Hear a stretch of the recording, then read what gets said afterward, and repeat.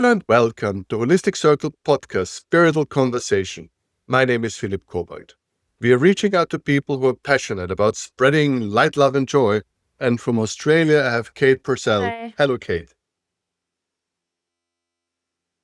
Lovely to have you here. Where are you actually located In in Perth. Australia?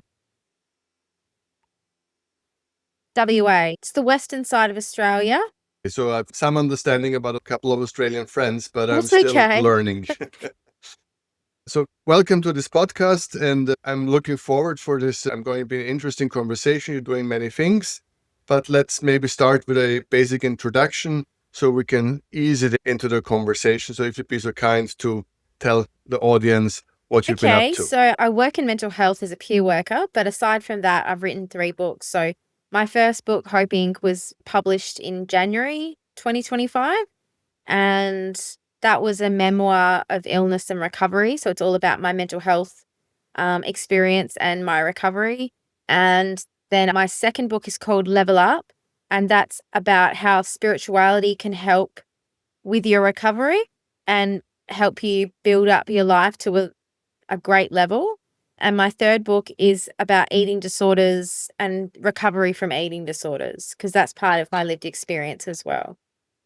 So I guess we are not talking about Christmas today. I guess we are talking about something much more serious, so to prepare our audience so they can orientate themselves what is going to be. But I think they'll be still upbeat and helpful. You're working with people, you're helping people. At the end of the day, you're finding ways to make things better. So that's to have it's Christmas time is coming and so forth. So people, we must be hopeful. So this will be a conversation where we'll get some ideas from you, what ways forward there are. Is that something what we can expect today? I know that a lot what you do is based on your own personal experience or your personal backstory. That's how it all started. But now you also work, I think, as a therapist, or you work with people with mental illness. What is your exact vocation in that area? I worked in mental health for about 12 years. Also in AOD, like alcohol and other drugs. I worked in that space for a few years as a counsellor. I work in mental health is mainly peer work, which means that I come from having a lived experience. And that's the angle that I take when I work with clients. So just having that understanding of what they're going through and helping them with their recovery. To tell our audience a little bit, do you have a private practice? I think you're working in an institution. Just a little bit tell us what your everyday looks like. What are you doing hands-on so people get an understanding of the background So that you I have? work 4 days a week, Monday to Thursday at East Metro Health Service in 2 different clinics. So it's government. So people that are working with social workers or OTs or nurses, doctors at the clinic can be referred to myself as a peer support worker. So I work there, and I also work privately at an organisation called Oceanic Wellbeing, and that's on a Friday, which is basically offering peer support privately. So I charge my clients a fee for peer work at Oceanic. So I'm pretty busy. Welcome to HolisticCircle podcast, Spiritual Conversation. My name is Philipp. We are reaching out to people who are passionate about spreading light, love, and joy. And I'm happy to have here from Australia, Kate Purcell. Hello, Kate. Wonderful. We had a bit of tech issues, but that's podcasting one-on-one. What's happening here? So we've already heard you introduce yourself, but nevertheless, this is a fresh recording and the people have not had the pleasure. So if you maybe let's jump right in and be so kind to give us a bit of a backstory, who you are and what you do. Yeah, okay. So we can take it from there. So I work in mental health. I've worked in mental health for the last 12 years and also in alcohol and other drugs. So I was a counsellor within alcohol and drugs. And I've also, but that was only for 3 years. So for the majority of the time, over the last 12 years, I've been a peer worker, which is basically using my lived experience of mental health issues and recovery to help others. So that's what I do. I do that 4 days a week at East Metro Clinic. And then I work privately at Oceanic Wellbeing on a Friday, offering peer work. So helping people with their recovery, being able to understand what they're going through, because I used to go through that myself. So that's what I do, but I'm also an author. So I've authored 3 books. My first book, Hope Inc., was published in January this year. And then I've got my second book, Level Up, which is all about spirituality and how to level up your life using spirituality. And then my third book is about eating disorder recovery. I'm an author and the mental health peer worker, so I'm quite busy. I believe that's true. I see we have a bit of internet connection drama. So if it's not breaking up again, then let's plan for some other day when we get a bit more stable internet. So just so that now the excitement is with the audience, will they make it or will they not? All right. So this is something that is new to me, interesting. I think you're the first with that background on my podcast that is doing this kind of a work, or I never maybe paid real attention. So if I understand this correctly, you had your own experiences and that, so to say, qualifies you. Is there like a course, a program, or is it just basically once you've been through it yourself, you're So qualified there is to at help TAFE, others? you can do a certification in peer work, but I never did it. I was one of the first peer workers employed back in 2013. So I've just learnt on the job. So I don't actually have any qualifications. Even when I was doing alcohol and drug counselling, I just learnt from one job to the next. So I'm just very lucky to have secured really good positions in mental health and alcohol and drugs. And I've just learnt over the course of the past 12 years. So I'm quite good at utilising peer work now because I understand it really well. Wonderful. So maybe let's talk a couple of minutes about that. Do you see specific people with specific background, or it's just every day coming from like the CEO to the housewife? Is this like everyone, or do you have a very specific group of people No, you anyone generally who's work with? experiencing mental health issues and wanting to work on their recovery.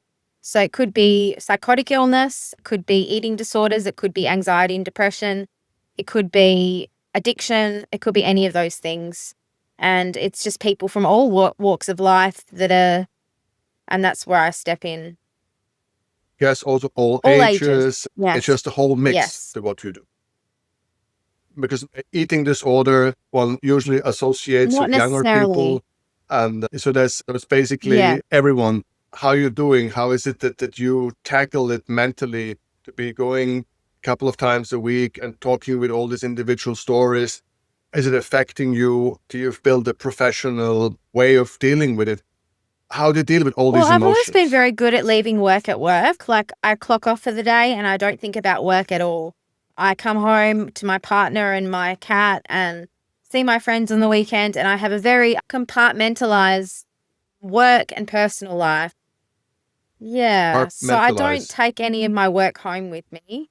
And you know what? Like I'm very good at, obviously you're dealing with people that have issues, and I'm very good at putting my boundaries up and not taking any of that on.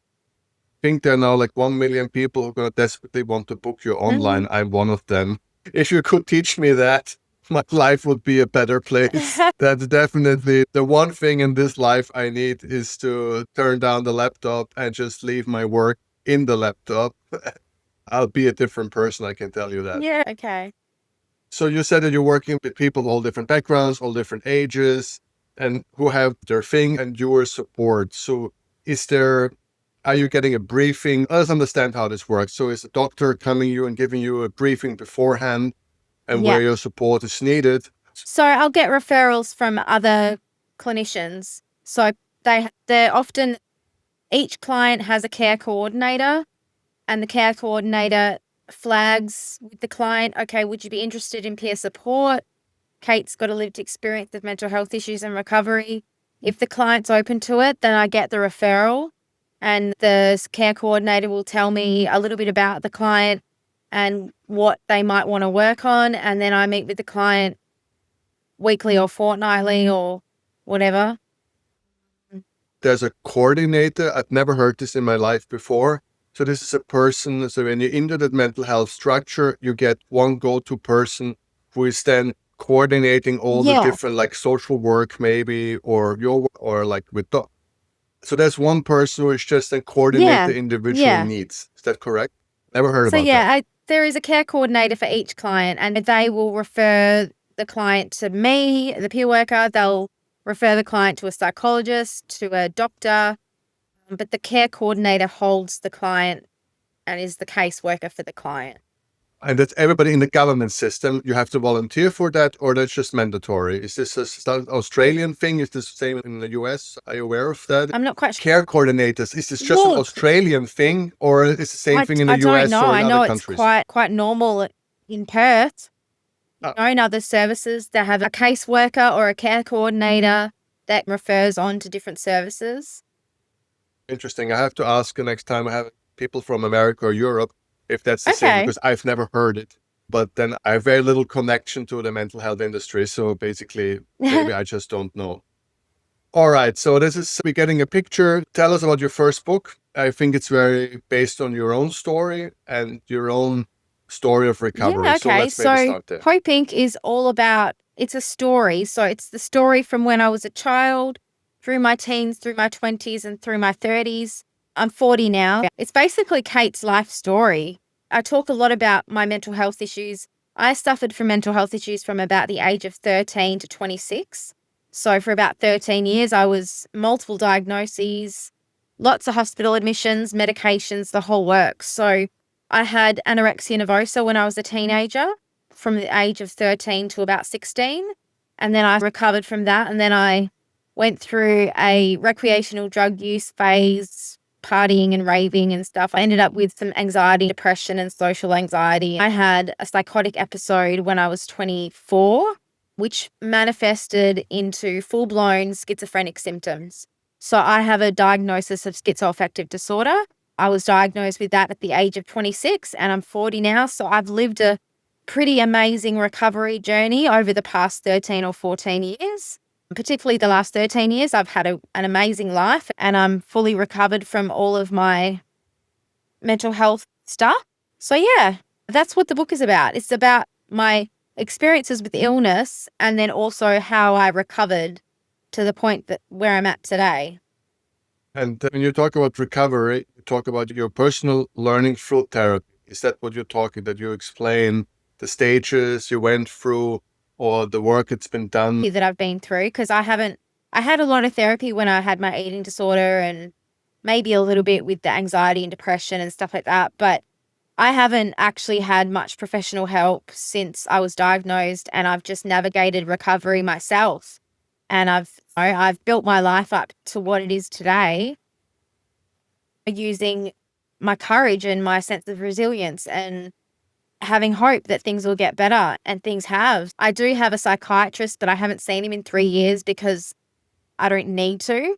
I see my GP for scripts for my medication, and I don't have any other professional help. So this book is more about what you have personally learned, what works and what That's won't, correct. more Yeah. closer to the point. And can you give us some examples so people who want to buy this book or read this book to say, okay, this is what I can learn, or these are some of the takeaways, something Well, I can take out of I talk this? about the 3 keys to mental health recovery are hope, courage, and resilience. I talk about that in all 3 of my books, actually. So you have to have an instilled sense of hope that things are going to improve. You have to be very courageous in terms of stepping out of your comfort zone, in terms of building up your life to what you want it to be, because I had very little life initially, and I had to build it up to what it is today. So it took a lot of courage. You also need resilience, which is the ability to bounce back from adversity. Recovery is not a linear thing. It's up and down and around and round. Things don't always go to plan, so you have to be quite resilient to keep going in the right direction.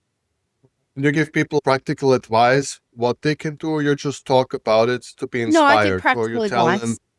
how to build hope. I give practical advice So what are ways to build ways hope? to build hope. Can you give us some ideas, for example, how to build hope or how to stay that resilience? What are methods for if people listening now and have to work through some stuff on their own? So what would you tell them how to build this hope and keep it? What would you tell the I'm people? hoping that reading my book is going to give people hope, because it's possible to recover even after living 16 years of mental illness. It's a hopeful book. It's a hopeful message. In terms of how to build hope, this is why I wrote the book. And I always say, in terms of resilience, most people that have been through mental health issues or are going through mental health issues are immeasurably resilient. They don't even realize how strong they are, because they're having to battle with their mind every day and they're actually incredibly strong, more than the average person. So I just take it as a bit of a reminder for people that you are strong, you are really resilient, and that's going to help you moving forward. And these are some of the things that you're taught in your daily work. Is it an honest conversation, or is it more about listening, or is giving advice, or telling them your story so they find hope? So is your work mainly listening, or is it a conversation that's I needed? don't really give advice as such. I just guide. A lot of it is listening, but also sharing my own experience and what helped me in my journey. That makes a lot of sense. And the next book is then, I think, more So broadly. the next book, Level Up, is about spirituality, because I've used spirituality to level up my recovery to the next level. So I talk a lot about manifestation. I talk about meditation. I talk about prayer. I talk about all sorts of stuff, and give a lot of practical advice in my second book on how to see the world in more of a spiritual way and to capitalize on spiritual practices like meditation and manifestation. Because spirituality is something that I shunned away from after my illness because it was so tied up with my psychosis. But about 5 or 10 years ago, I started to get back into spirituality. And because I'm very grounded and I'm very well, I could actually take on all that spiritual stuff and make it work for me. So particularly over the last 5 years, I've really built up my life quite amazingly, and I put that down to my spiritual practices. When you talk about spiritual practices, it sounds very like straight on. You meditate, but without a Buddhistic philosophy, or you do this without or you're also taking in the philosophy, you're reading about the different religions and stuffs and cults, or you're just more like hands-on. I sit, I meditate, and that's Look, it. I look at No spiritual reason why. concepts, but I'm not aligned with any kind of a religion. I'm not a religious person. I'm just spiritual, as in I believe in the universe. I believe in the power of the universe and the creator. I'm not a religious person at all, but it's very hands-on. Like I go through how I do my meditations, and I go through how to manifest and how I use prayer to help me in my life and all sorts of stuff. Yeah, but I look at different spiritual concepts, things like, I can't think of it off the top of my head. It's been a while since I've read the manuscript, but there's so much in there. And what I'm wanting is for it to change people's mindset to one that's a little bit more spiritual and grow spiritually. So enhance their spiritual growth. You know that especially I have some of the US and other guests that I have this with the addiction and stuff like that. For a lot of people, a very strong element at finding faith as one of the working tools to get out of it. The faith is one of the things I've had many guests talking about. That this is what really helps. Faith is huge. Yeah, it helps. And it helps because you feel connected, you're part of a group, or it's just basically that you feel the light and feel the warmth, that you know that something is. So what are the elements that make faith so successful in the terms of helping people I think that when you have a sense of faith, you have a sense of hope. Faith brings hope. All right, then let's just look at the situation. So far we're having shaky, but we're still holding the connection. Let's hope we're going to go through. Is there something I'm missing to talk about? Do you think there's something that you would like to share that I forget to ask, or how am I doing in this sense? No, you're doing well. In terms of if we've missed anything in terms of what we're talking about, I guess the only other thing I would mention is my third book, which is I've actually decided that's the next one that's going to be published, and that'll be published in February.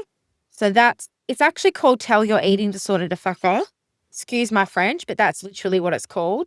So I've had to deal with some eating disorder residual issues over the past couple of years. So part of me writing this book was not only to help the reader, but also to help myself. Because like I said, I had anorexia when I was a lot younger, from 13 to 16, 17.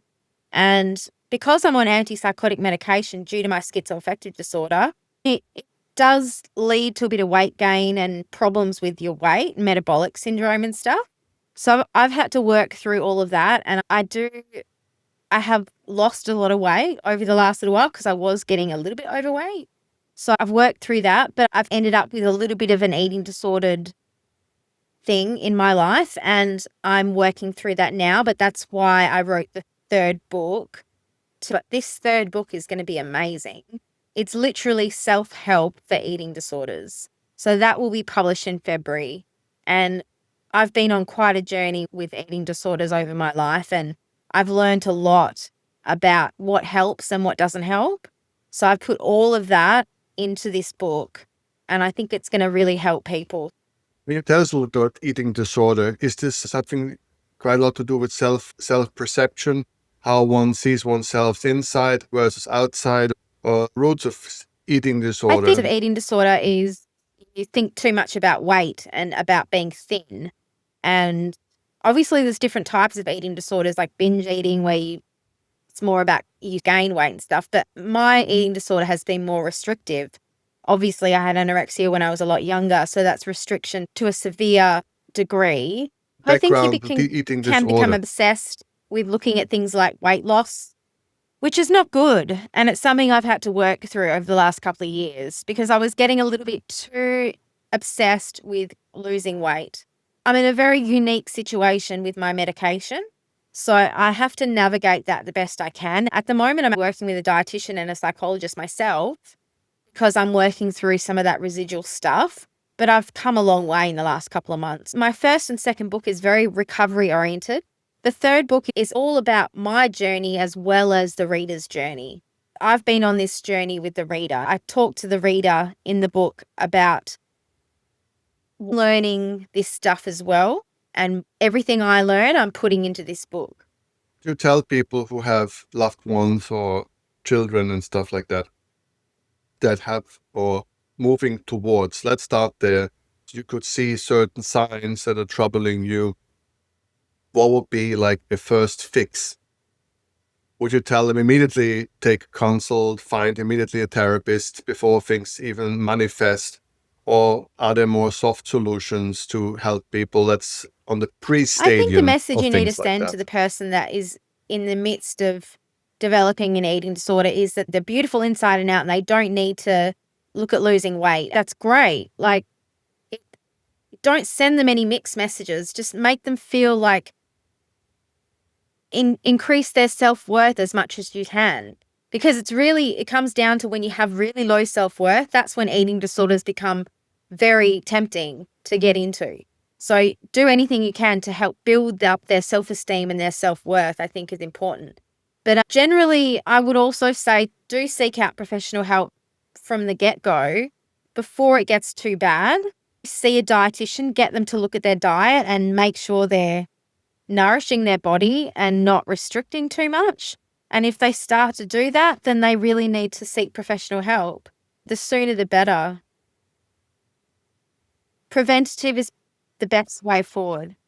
Because speaking from the mind of a parent here, if we start in the conversation there, maybe you have a child that is, let's say, a little bit too chubby or whatever, and you're worried for their health. You're pushing this story about losing weight from the perspective of, oh, I want to do something healthy for them. They should move more sports, eat less junk food. So you're coming maybe from a good place, but accidentally maybe pushing a lower self-esteem situation. So you want to do the best, but unintentionally something rolls on, and it's very hard then to just find the curve. And from that, okay, now you lost enough weight. That's good now. Stop doing it, because as you said, a lot of them younger teenagers and stuff like that, once they really start losing weight, everybody tells them, oh, how good you're looking, how slim you are, and you can wear all the nice clothing. So then it just becomes self-fulfilling prophecy. So and especially when you have low self-esteem, once you start losing weight, everybody tells you how good you're looking. So things are very complicated here. But I think you gave an amazing point that all the parents out there should take home with them. Once the nutritions are, and that everybody can see, if the kid on the table is not eating any more vitamins and stuff and things like that, then you can start to be worried, right? So nutrition, I think, is a very good sign. Definitely. I think if you can help them navigate moving forward, get them to see a dietitian, get them to look at their diet and make sure they're getting enough nourishment. Anything that looks too restrictive is not healthy, and it just ends up moving towards an eating disorder even quicker. I think this is a very good advice that one can definitely look at, because that's a very obvious one when things get out of balance. Now, then again, it's very hard to force people into therapy, right? Because when you have a teenager or something at home looking again at this situation, you can have the best of intention, but how to force a pony to sing a song. Yeah. It's very hard for a parent or somebody to force a child into therapy. You have a lot of experience. As you said, you have so many people sitting everyday work. Do you also, when you have younger people, do you also talk to the parents or partners? Do you look at the surrounding? Is it part of the healing, part of the problem? Is this what you also do, that maybe a partner or a parent is also coming and talking to you about part of the recovery? In the work that I do at the moment with adults, I don't really deal with the partners or the parents or anything like that, the families. But when I worked with youth, I was touching base with the parents and the carers, which is just as important work, because it's helping them have hope as well, because sometimes they don't have any hope, and that's where I step in. They have to build a little bit of hope around their loved one's recovery. And so stepping in and talking to the parents and the carers can be really effective and really helpful for the client and for the families. I was working at CAMS, which is the Child and Adolescent Mental Health Service, and that's where you deal with the carers a little bit more. Because the little I know about this is a world that is very alien to me, but what little I've seen around me in my personal life, I always had a sense that the partners or best friends or family, it would actually help a lot if they would be more involved into the therapy process of a person to actually care. It seems to me this the missing link.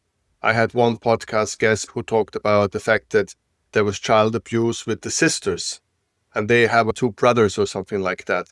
And everything was focusing on helping these sisters. The whole system, the legal system and everything was clearly to protect them and make sure that they're safe. So this was like total focus of the story, which is absolutely understandable. But they say nobody ever gave a damn about the brothers. And they suffered an immense trauma being in a house where bad things have happened to the sisters and kept under the carpet for such a long time. So they went actually through hell, and everybody said, nothing happened to you. Why on earth are you complaining?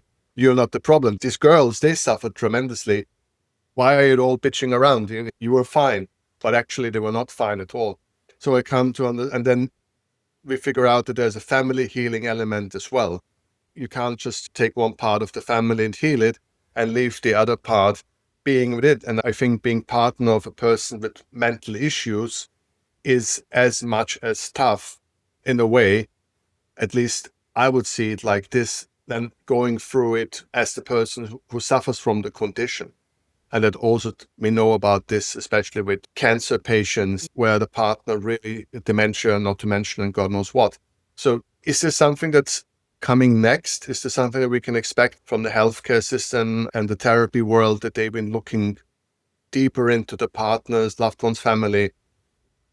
Is this something that's going to happen, or we're still not there yet? I hope so. I think it's really important. No, I think it is slowly happening. So this is a very important message that we get, because I think we should talk more about it. From my understanding, it could really boost and manifest and help the recovery process if the people are around also been taken care of, because it's very straining, and they sometimes don't have the language, sometimes they don't have the tools, and clearly parents sometimes don't have the language, don't have the tools. I will just say as well, sorry to butt in, but I will just say as well, I have to mention that in my, not so much in the second book, Level Up, not so much, but in the first book, Hope Inc., and the third book with the eating disorder recovery, there is a section specifically for loved ones. So there's messages in those books that are for loved ones and how best to navigate the journey of their loved one being unwell or whatever. So I think I certainly understand how important it is to give support to the loved ones, the families, the friends, the partners, the parents. Right, because they suffer as well, right? By the end of the day, if somebody's ill or somebody's challenged within a family union, actually everyone is affected. My parents, bless my dad, he passed away a few years ago, but My parents went through hell with me, and so did my entire family. When I was writing these books, they said you need to write messages for loved ones because they need their help just as much as the person does. They need support as well. They need hope and they need support just as much. I think this is a widely overlooked issue because I think they could be enormous agents of help and support if they would get better equipped of dealing with the situation. But I think the system is overrun anyway, so we can't deal with all the patients. So what to do with the parents or the loved ones of people around?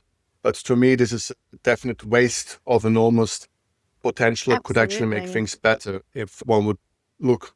I think we went around the block and looked at your books and looked at your work, and I think we've have a better understanding. I would just finish this up with, so to say, the question, hope, you said, looking forward, faith, all these systems. It's funny because if I listen to you, because you're every day clearly working with people, it sounds rather simple. If you do it well, if you have hope, and if you do the work, good things and good results will come out of it. You sound very calm and collected in a certain way that, it can be done, just do the work.